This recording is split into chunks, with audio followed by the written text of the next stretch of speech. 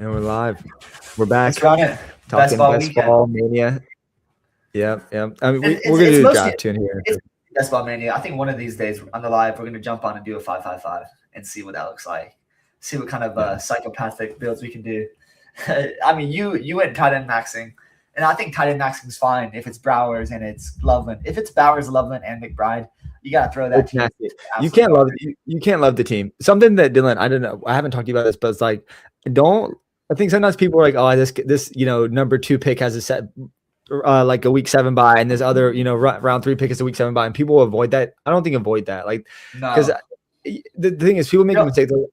You don't need to differentiate buys up top. It's like, yeah, you need to fill a roster every week, but like, don't be like, hey, I want to take this less superior player because he has the same buy as my other guy. Yeah, my one caveat to that is, listen, Herbert to Lad McConkey Kong is going to be a heavy exposure for me, and another exposure I like is McLaurin and Jaden. And guess what? They have week 7 buys, so you're going to have to get a third quarterback in there, right? You could theoretically live with a 2 quarterback build in the same body, but you're just giving up so much that singular week, right? So if your main stacks are all week 7, you're gonna not be able to field a team. So that's just bad process. So for me, anytime I do a Herbert Daniels start, I'll always add Mendoza in there as well. Yeah. So like I like adding Mendoza's which is still risky because Mendoza may not be starting. No, he's not going to start. Not the season at least, but he'll start later on. But as far as getting guys, today I really want to focus on talking about guys we don't like at their ADP, because there's a ton of guys where right now I'll have 0. I won't have a lot of exposure, and we'll talk about it as you jump into the draft. But guys like Kyron. So we'll start with Kyron. Why is he going so high? Why is he in the 30s when Blake Corum's in the 90s? It doesn't make any sense, right? Looking at ADP. Why the difference there, right? So I understand you want a piece of the Rams backfield.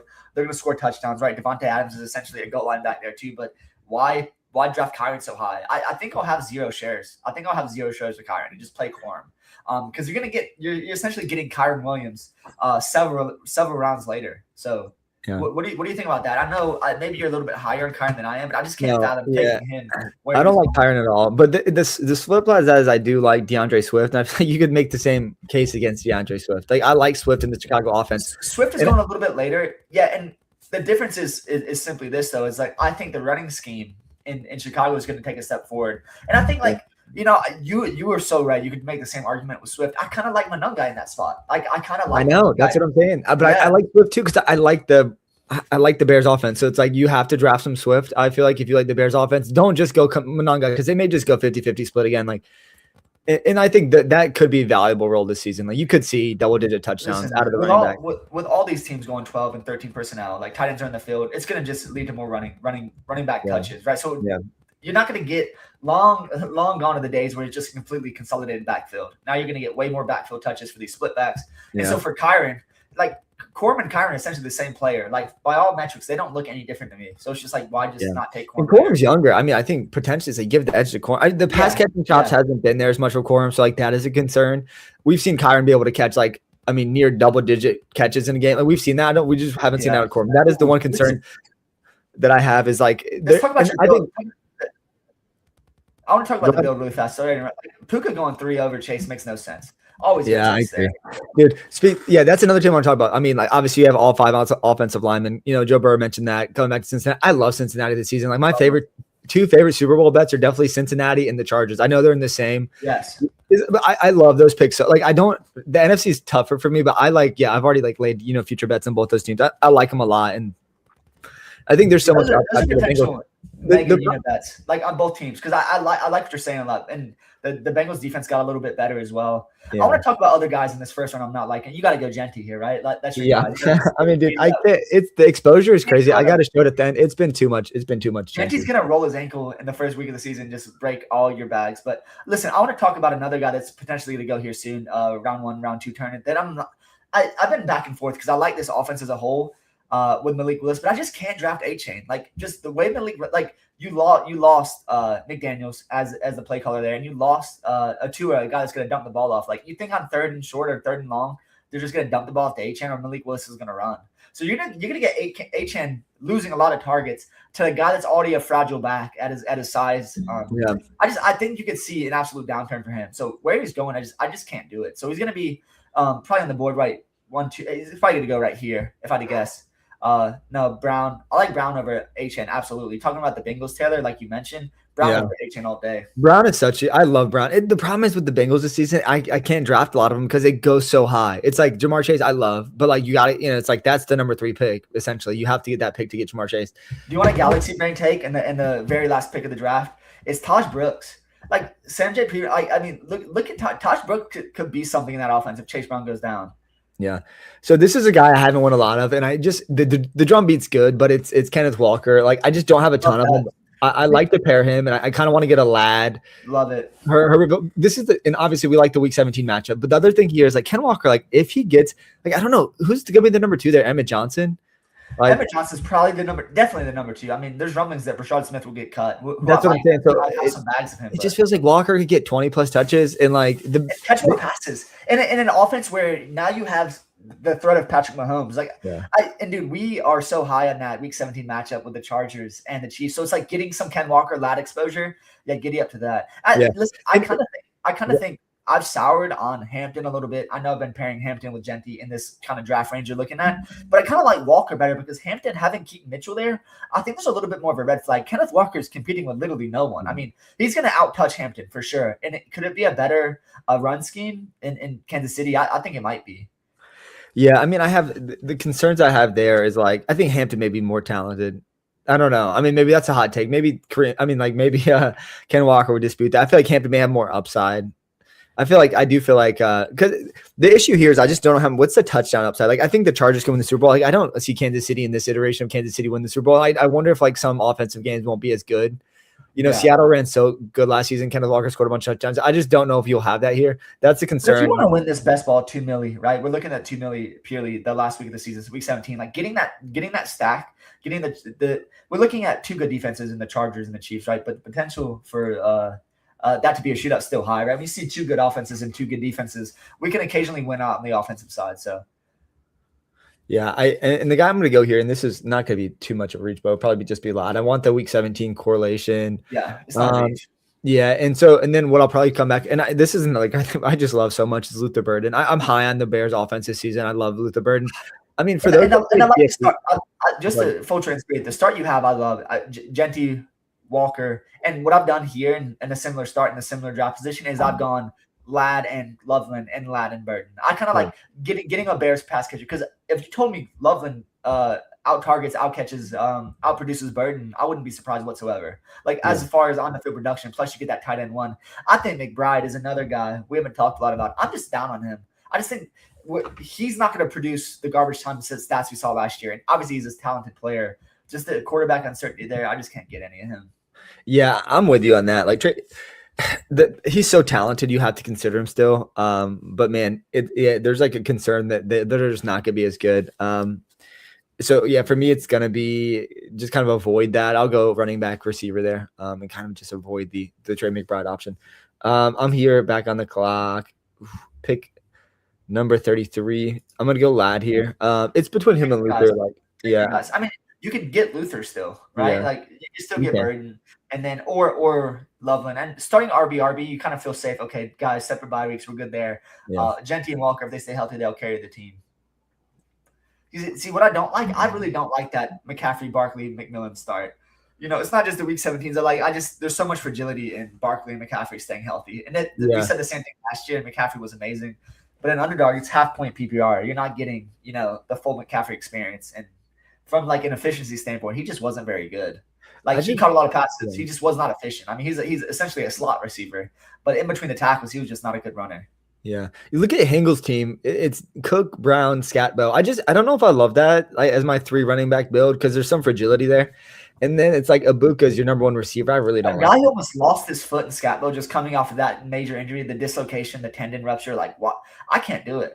I can't draft any Scatbo. Yeah. Like I think a guy I was sour on that you talked me into a little bit is just getting Tyrone Tracy. Harbaugh and his team of goons up there in New York are to run the ball a lot. And getting Tracy the ball because he's a talented back, right? He's a talented backup. He's not just a guy. So I think a guy that I was originally down on that you talked me into a little bit is just getting Tracy. Just thinking about that offense as a whole.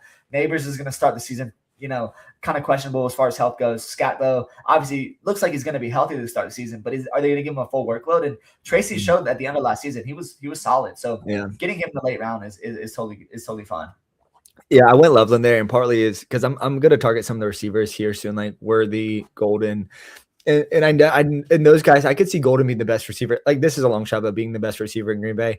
Watson's obviously the favorite, but you could feel like Golden could have a big jump forward here, and then Xavier Worthy. Like who knows? Like if Rice continues to get in trouble, like, he could just be vaulted into the receiver one. The only question there is if Stephon Diggs signs there. Yeah. And that's like I've been trying to grab some Stephon Diggs bags because like dude, I love Stephon Diggs. He's a guy.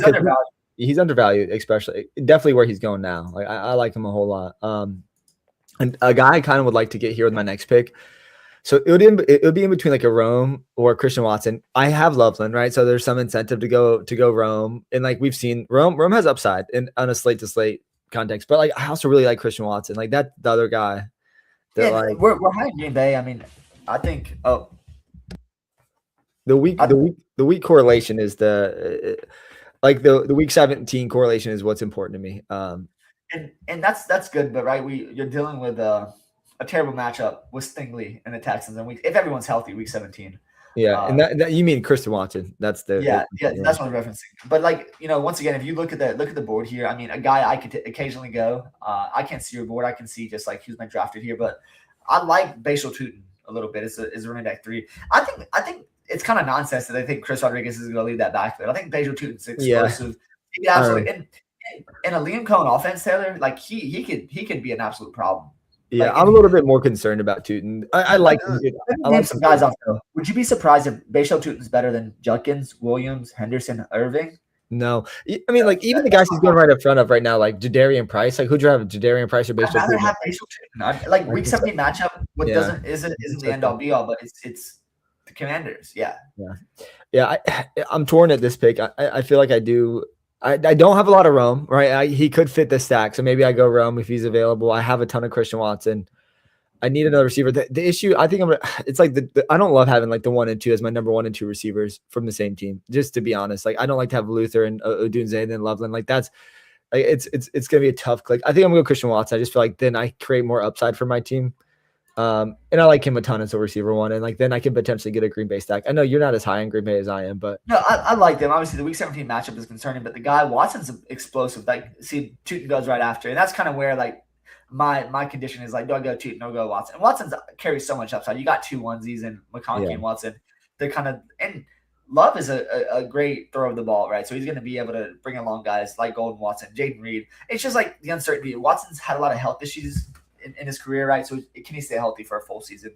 Really, that's my main concern with him. Yeah, but the team believes in him. Like they literally signed this guy to a longer term deal, even after the injury. It's like they still bought in, and like that makes me feel like pretty good about his playing time and his ability just to like command the offense from the receiving team. Dude, agreed. So who are you thinking here? Like, if we go to the board, Tyson's off the board, a guy we like a lot. We're big Saints guys. What are you thinking here? So there's a couple guys. I mean, I need another receiver. I think a guy that people don't really like, they may not like this, is Marvin Harrison.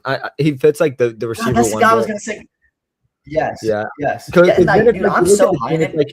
Yeah, you look at the team. You have Ashton Genty, Walker, right? 2 solidified number 1s. You have 3 number 1 receivers: McConkey, Christian Watson, Marvin Harrison. Then you have a number 1 tight end. We can argue that obviously Michael Wilson was better, but on a per route basis, Michael Wilson was no better than Harrison. Just he was better because Harrison was off the field.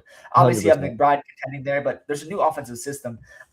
Harrison is just one of those guys. He's just a likable guy. If you hear him talk, just a very humble guy. Seems like a guy has great work ethic, which doesn't translate to DFS all the time. Sometimes you want those diva receivers, but the guy was like super talented to come out of college. Like people thought he was a generational prospect. He's only in year 3. We could forgive him for some injuries and some down performance. I mean, he could totally take a step forward. My biggest concern with Harrison is just the quarterback play. Like if we see Beck at any point, he's going to be in trouble.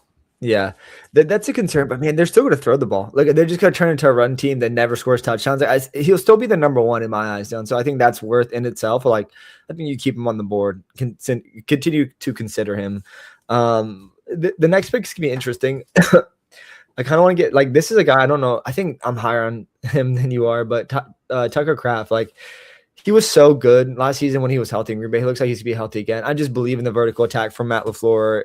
You feel like this could be like a career year for Kraft as long as he stays healthy. And then I don't want to talk you out of Kraft. They're just the thing about who's around there right now, because I love that. Once again, we're not totally focused on Week 17 matchups. You're looking for upside, but consider Laporta a couple rounds later, because Laporta, you get the kind of dueling tight ends. Week 17, Bears, Detroit and the Bears, and Laporta's 24, coming off injury, but looks healthy. They're gonna be healthy to start the OTAs, and looks great. So for me, it's like the guy has so much upside in that offense. I just don't know. Kraft is amazing after the catch, but Kraft is never going to have the same targets Laporta gets. Kraft is Kittle-like. I know, but we saw Kraft last season. Like, I mean, right now they're projecting him as like the number 2 target getter in Green Bay. He won't be. I mean, is he gonna out target? I don't think he out targets. Just thinking about it, I don't think he out targets Watson. I don't think he out targets Reed from the slot. I don't think he out targets. I mean, if he out targets anyone from the receiver, it's going to be Golden, who I'm higher on. So I think I'd see him as the number 4 option. And for me in the Detroit in the Lions case, I could see the Lions Laporta being the number 2 option. No, I can see him. No. It's the new OC coming in. I think it's going to change things. The guy's tight end heavy. He's going to run. And Laporta's been coming in with full health. I mean, Laporta got drafted a few years ago as the tight end 1 overall. Like, what are we doing here? I mean, he's a great pick, but I totally go Kraft. Go your guy. You have Watson. Well, I can't because he was drafted anyway. So our decision is made, and I'm going to get Kyle Monange as my running back 3. He just fits the build, obviously, with Loveland. We talked about him already. Like, he could be the best back in Chicago this season. So I think, he's a good pick. He makes sense. And I think you probably agree there. The next one, the tricky thing next is, what do I do at receiver? Obviously, I feel like I have 3 solid number 1s. So guys that I like that are going to be coming up, Chris Godwin. I don't know how you feel about him. I think he's a little older. The injuries are there, definitely concerning. I could go Laporta, as you mentioned. I like that as tight end too. Love Laporta. Once again, just looking to build correlation, right? So we have correlation. We have 2 Bears. Go ahead and get a Detroit piece. I think Laporta is going to have a massive year. Yeah, I like it. I'll go Laporta, get tight end 2, and I feel like then you probably feel safe about not getting another tight end if you just. I don't know, Loveland, Laporta. I feel like that should be enough there. You're never going to get Herbert in this draft, unfortunately, because he went a couple picks ahead of you, where he usually does, which is weird. The guy that drafted Herbert doesn't make any sense. You have drafted Jaden Daniels, Herbert, unstacked with Carnell Tate, Josh Jacobs, Devonta Smith, Derrick Henry, Justin Jefferson. That team, it makes 0 sense. Yeah, some people just like to draft. No, they do. Do you see what I'm saying? And not only are your quarterbacks uncorrelated, they are uncorrelated and they have the same bye week. So you have to get a 3rd quarterback with that high price you paid for them. So that team doesn't make any. What is his name? Angel Gall. Doesn't make any sense to me. Mac Meisner hitting putts, don't. I know, like 10 under. Come on, get it up. Yeah, I mean, you really want it. If you could get 1 and 2, it could solve a lot of issues from other guys if they continue to kind of. Yeah, I think Tom Kim should birdie this. I mean, this is a segue of golf while we wait for our pick. But there's another interesting thing that I'm curious what your thing is. Like, Cleveland is one for sure. Like, I like some of their guys. Like, I don't know if you can draft Deshaun Watson, but the other one is the Jets. Like, I feel like you can get, if you're like, hey, shit, I don't have a quarterback too. Like, I don't hate going like Geno, Kenyon Sadiq, and Omar Cooper. Like, Omar Cooper and Kenyon Sadiq, I know they're tight end receiver, but they play a similar role. Like, I'd rather go Kenyon Sadiq and Adonai Mitchell. Like, just take a flyer. And Adonai plays a different position. There goes Corum. Corum's a great, that guy's team. I don't love the correlation. I mean, he's got golf. He's probably upset that you got Laporta from him, but it's not the greatest correlation. Caleb Williams is absolute stud. So I mean, it's decent there. Not my favorite. Yeah, I actually like this team. His team is pretty good, dude. Jahmyr Gibbs, Nico Collins is the only pick I don't like. But I love Olave, love Burden, love Williams. Tyler Warren is the one piece I don't. I feel like he could lead the team in targets. I mean, Pittman's gone. We see him in Pittsburgh now, and we have it's going to be Josh Downs or him. I don't think Alec Pierce leads the team in targets. He's probably going to lead the team in yards and touchdowns potentially, but I don't see him leading the team in targets. Just the role he plays. Yeah, Josh Downs is another guy you got to consider as a late round receiver because he's a guy that could be the one on his team. Yeah, and I think he'll have week winning upsides too, even if he's not the number 1. Dude, Aberg he put it 15 inches for a par, which is crazy because he was like yards away. He needs to fight back. What are you thinking here? You up in 1 pick. Yeah, I'm definitely gonna go Golden if he's available, and then try to get Love, and then I'll have like a correlated double receiver stack. Again, dude, we've talked about this. I really like the vertical attack that they're gonna enact this season with Jordan Love. And I feel like Golden's like, this is the year to buy on him. We'll know what he is. I think we'll know a lot more after his second year under Matt LaFleur. Jacobs getting older. You feel like they're just going to want to have to. I think they'll lean more into the pass this season. We'll see though. It's somewhat of a gamble. Any chance you get Worthy on the comeback here? But no, Worthy's gone. This is the thing though. Talking about quarterbacks, like I don't understand why people are going 3 quarter. Like I go 3 quarterbacks if I have Mendoza, right? You have to get 3 because Mendoza's not going to play at least half the season is what I suspect. But for me, if you let's say I go Herbert and Malik Willis, I'm fine with that too. I'm going to battle with that too. And then I'll up the other positions. What are your thoughts on that? I know a lot of people are bullish on the 3 quarterbacks. It just gets so weak. I mean, you draft Brissett. I mean, he might not play. Like, who are you really taking? Yeah, Geno Smith. That's what I meant. I mean, Geno Smith is a guy I'm taking down there. I'll take Aaron Rodgers as well. I almost said Andrew Luck. Andrew Luck's on the mind. I wanted to bring this up. Did you see Eric Ebron talking about Andrew Luck? Yes. Yeah. Dude, he was talking about Andrew Luck like he was the second coming. He was like, dude, he was so good. He had his own team. Like, yeah, dude, his own trainer. Remember that. Andrew Luck was a menace. And when he retired, it was a shock. I mean, you feel like he could be the number 1 quarterback in the league right now. Like, there's a legitimate chance he's the best quarterback in the league. Yeah. Right now. This isn't a great one for him, but he gives me a little bit of like Justin Herbert vibes. Like Andrew Luck was better. But that's the Herbert potential. I mean, Herbert really hasn't shown a ceiling in my opinion. Like I think he's. Would you be surprised whatsoever if Herbert leaves the season as QB1? If you're like, oh wow, Herbert had the best, and with Mike McDaniel, that scheme. Dude, I love Herbert so much this season. Like he's one of my stands. I mean, it's just hard to. Sometimes he goes kind of early, right? I love Herbert, so like it just depends on how my build's looking before. Like I don't want to like just waste it. I mean, if I feel like I'm weak, if I've taken 2 tight ends or like 3 running backs, I try not to go Herbert because I'm like I could just get a top end receiver. Listen, if you haven't seen the Ebron talk, I don't know. Remember what pod he was on with talking about those guys. But listen, before we get to another pick, JCM, Gronkowski Merritt, I have too much. I'm done with him. Like just looking at Rashad White, probably gonna lead the team and obviously touches and snaps is my opinion. But like Katron Allen, like. I was listening in, and they were saying that guy's was ranked number 2 in this in the class as far as like running back talent. Yeah. So it's like JCM as a purely in between the tackles guy. Like I just don't know if I can draft anymore of him. Yeah, I'm with you. I mean, you're here. You're like, okay, he's gonna get some of the touchdown looks for sure. Like he'll definitely, if they're on inside the 5, you're probably gonna see JCM first. Depending, it's like if it's like 1st and 5, you're gonna see JCM a couple times. But Jaden Daniels is going to be there, who's going to steal touchdowns. Like maybe the touchdowns are overstated for JCM. Maybe it's like, right, maybe he scores 4 touchdowns all season. And if he scores 4 touchdowns, you don't want him on your team. And Rashad White in pass pro is a menace. And he showed he would look better than Bucky last year in Tampa Bay. He just looked better. Like for me, it's just I'm done with JCM. I've been drafting him because he's a guy that just offers some safety there because he's going to maybe start the season. Maybe he'll get the first touch for the Washington team there. But I just don't know if I can bet on him to be anything like he was towards the end of last season. Because I know a lot of guys were victory lapping him because he really saved some people's teams at the end of last season. The guy I'm going to go here, it's between Rashad White and Tyrone Tracy. I like the Week 17 matchup better for Washington, so I'm going to go White here. It's between those 2 guys, and I don't have a correlated piece on either team, so in my opinion, I feel like White's slightly above Tracy and like my subjective ranking. I don't know where you sit on that, but I think White would be slightly ahead for the reasons you mentioned already too. It's like White could end up at the end of the season be the number 1 back. Do you have? What do you say? How many running backs do you have? Jency Walker. So right now, if you wanted to end, right, I wouldn't hate this if like, okay, Tracy doesn't go and you just go White and Tracy and you're done. You have 5 RBs.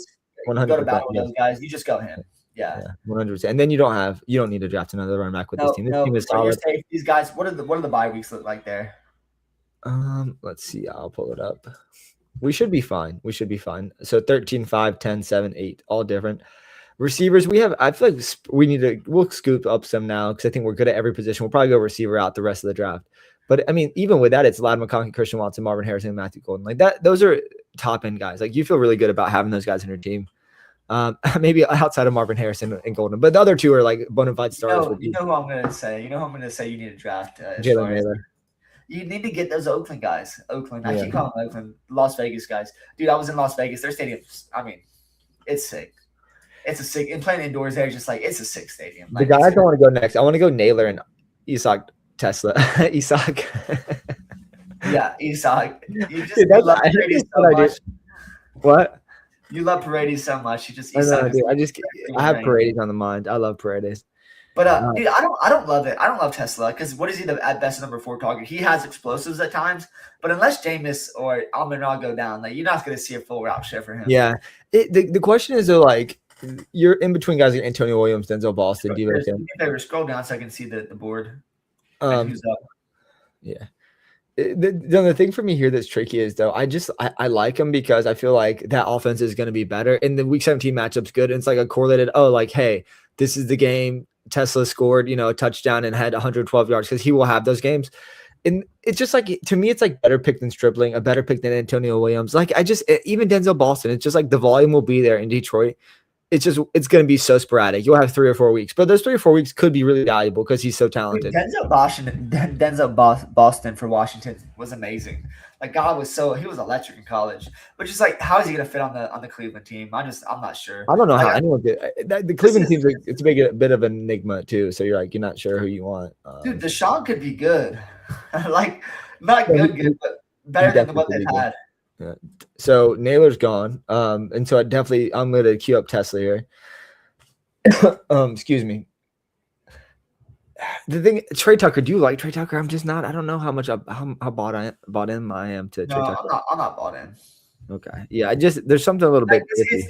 I like them both, right? So in priorities of receiver, maybe ADP agnostic is just like Naylor, Betch, Tucker. I think just a new scheme. We saw Tucker have that 3 touchdown week, which if any guy in this range has 3 touchdown week, they're valuable, even if it's just a singular week. And he had a couple other weeks that were valuable as well. So I can see that being, but it's just a new system, a new OC, new things going on. I don't know if he's the guy you really want. So for me, the priority would be Naylor there, but I see Tucker and Naylor going alternating back and forth all the time. Yeah. But if you need one, I'm totally fine with Tucker. Yeah, I think I'll go Tucker here. The thing is, like Naylor was already gone, so it didn't matter. Guys, I like coming back. I like Tesla a lot. I would love to get Ted Hurst after that. He's a guy that I don't know how much you like him, but I think I'm a pretty big fan. This is you want my opinion what you should do. And yep. I'm not doing your job. I would just go ahead and get Mendoza. I mean, you have QB2, then you can pick up Gino late too. You probably need 2 at this range because you're really dying you only have Jordan Love. Yeah. So you get Mendoza, you can pick back up, you can pick Gino and Adonai up, and then you have kind of mini correlation there. But you're really, really going thin. I mean, you're not going to have a lot of quarterback options left that are going to start. Yeah, you're right. Mendoza probably makes the most sense here. Don't let him fall. I already have the correlated Genty piece there. What is the bye week for? Let's go to the bye week for Jordan Love because you hope it's later. Week 11, you feel like Mendoza probably started. Yeah, that's actually a better correlation. Yeah, and then it's one of those things like you would take a gamble if you just went 2 QBs, but I think there's a good chance Mendoza's starting by week 11. Can you go ahead and check the Raiders bye? So you have Mendoza. Did you click it? Did you go and select him? Yeah, Genty is 13. Oh, okay. So I think you'll probably have to start before their bye. So. Yeah. Who's up? So Young's off the board. Let me go. Mendoza here. I'm loading it because I think it's yeah. Is it frozen on you? Yeah, it is frozen, but I think it's the underdog. It's not the. It's not. It's hilarious because what percentage of drafts just get fat fingered and like people just like because like most people are not drafting from their computer and rarely do we, right? I think I've done 48 drafts in the Best Ball Mania and a couple of them DraftKings as well. And I think all but 2 or 3 of those have been, on my phone. So 100%. Yeah. So refresh it for me so I can see what's going on. Yeah, I'm doing it now. I don't think anything. I think it's like pause in the underdog side. Sometimes they'll pause it. We're moving along. Listen, this guy dropped a terrible team. We got to make sure he's not shipping it. He's Who, not. Me?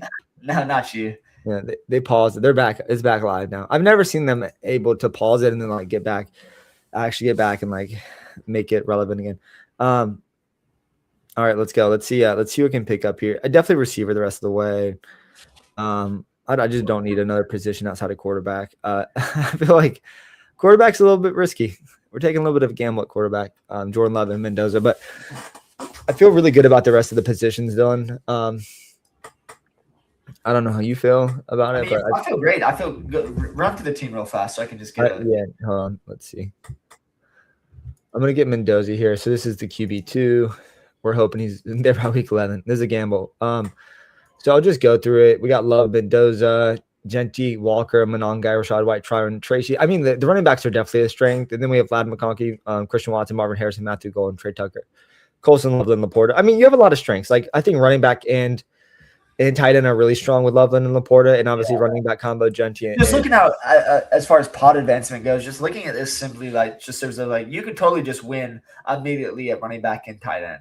Yeah, and then, 100%, yeah. And then you need your receivers to keep up. But I could totally see that happening. I like Ted Hurst. I like Emmett Johnson. I just don't need another running back. I don't want to waste a pick. I think Ted Hurst, I'll go. Yeah. Another guy, Chris Bell is interesting. Maybe I'm starting to prefer Malik Washington. I feel like he's healthy. He's going to start. Once again, right now, these guys are taking speculation on. Maybe they just you need them the second half of the season, right? So should go to the board. Let me see if there's anyone. I mean, see Ryan Flournoy. That's a great pick there. That's a great pick. Ryan Flournoy's talented. Yeah, so for me, Tesla would be the number. If I could get Tesla, it would be a dream. So guys are like, I love Ted Hurst. Definitely going to get him. A guy, if I wanted a tight end 3, a guy that I do like down here is Terrence Ferguson. I don't know how you feel about him, but I feel like I like him a ton. And I think there's some upside there. It's fine. And just looking at this even further, I mean, I don't hate going any of those Giants guys you mentioned. Like Darnell Mooney this is what you should do. Sorry. Scroll down. Trey Harris. Is Trey Harris available? Yeah. You got to get Trey Harris. You already have some Chargers. And listen, there's some rumblings that he might just overstep Quentin Johnson. Like he's just a better fit for that offense.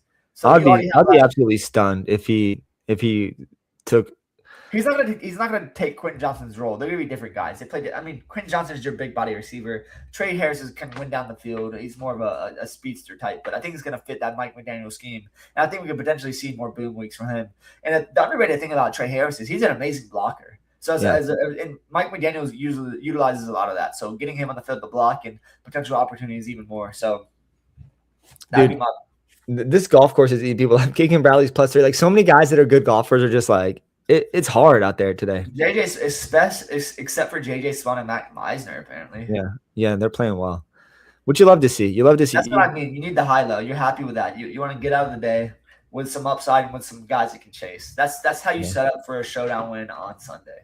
Yeah, I mean, dude, it would be absolute fun to sweat if we could get it to happen. So here I'm definitely gonna go. I guess I'll go Trey Hurst first. I love Ted Hurst. I want to get Ted Hurst coming back. He's like a guy that I feel like could have a couple spike weeks for Tampa. A lot of mouths to feed, but a lot of older guys. Like now, it feels like they could let this new crop. I know that, dude. I'm just not on the Ted Hurst hype train. I know people love him and they've been really high on him. I just are we sure he's gonna play? Yeah, like, that's a pretty crowded wide receiver room. Like, are we sure he's going to play at all? That's a fair concern. It is a crowded receiver room. He can be super talented to just not play, and then, whoops. I mean, because we still have a Mecca. I mean, it's probably Godwin 1, a Mecca 2, Jalen McMillan. I know Jalen McMillan could seat some playing time to Hurst, but so he's going to be the 3. So I just don't know if it's another thing I wouldn't hate to do here is get Emmett Johnson as another piece of that Kansas City Chargers game. Do I need 6 receiver? I mean, running backs is the question. That's good. I mean, at this point, what is your build out? You have 6 or 2. You're not going to draft another tight end. You're not going to draft another quarterback. So you could totally draft a running back. I just win. I win Jack Betts there. Terrence Ferguson marked is a great pick. The guy has so much upside at tight end. Yeah, I think he'd be interesting. Let's see if Luke Clanton can hit this 9-footer, Dylan. It'd be wonderful. He just gets a birdie on the board.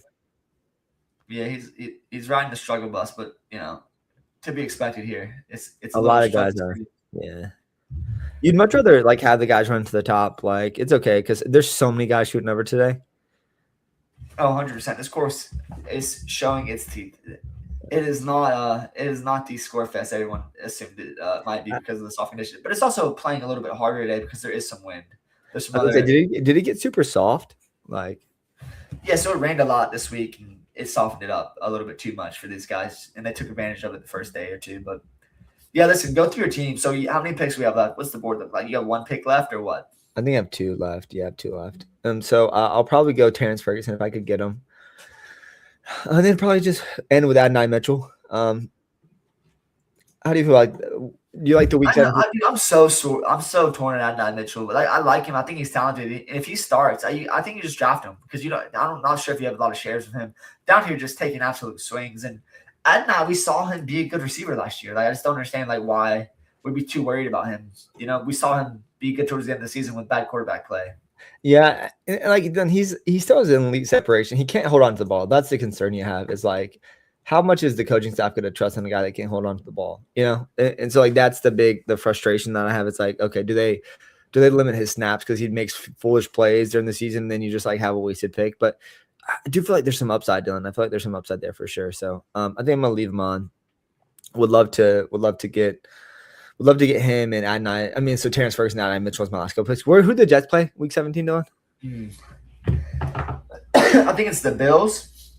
Well, the Dolphins play the Bills. Hold on, the Bills are gettable. Let me just jump in here real quick, and then check. I can't remember. One of those teams. It's a division, right? It's a division game. Okay. Yeah, he's a risk. The Jets play the Vikings at the Jets, so I don't know. The Vikings were pretty good last year as far as the defensive unit, right? They were actually really good, and they were a huge boon in DraftKings. They were scoring so many defensive touchdowns. Do you remember that? Yeah, 100%. Yeah, they're getting after guys, and it's fine. I mean, who knows if they're going to be what they were? And part of the reason I think this doesn't matter, right? But part of the reason I think the Vikings were good at defense is because their offense was so bad that they just slowed the game down to a snail's pace. So if the Vikings are any better on offense, you're going to see teams having to pass, and that's just going to help Adnan Taylor. 100%. Let's see. So I went to Adnan's gone. Is he? Which makes sense because the guy that took Gino took Adnan right after you drafted Terrence Ferguson. Not surprised. You would have broke his little heart if you took Adnan there. Yeah, he would have been upset. He's loving that stack now. It gets thin at receiver here for sure.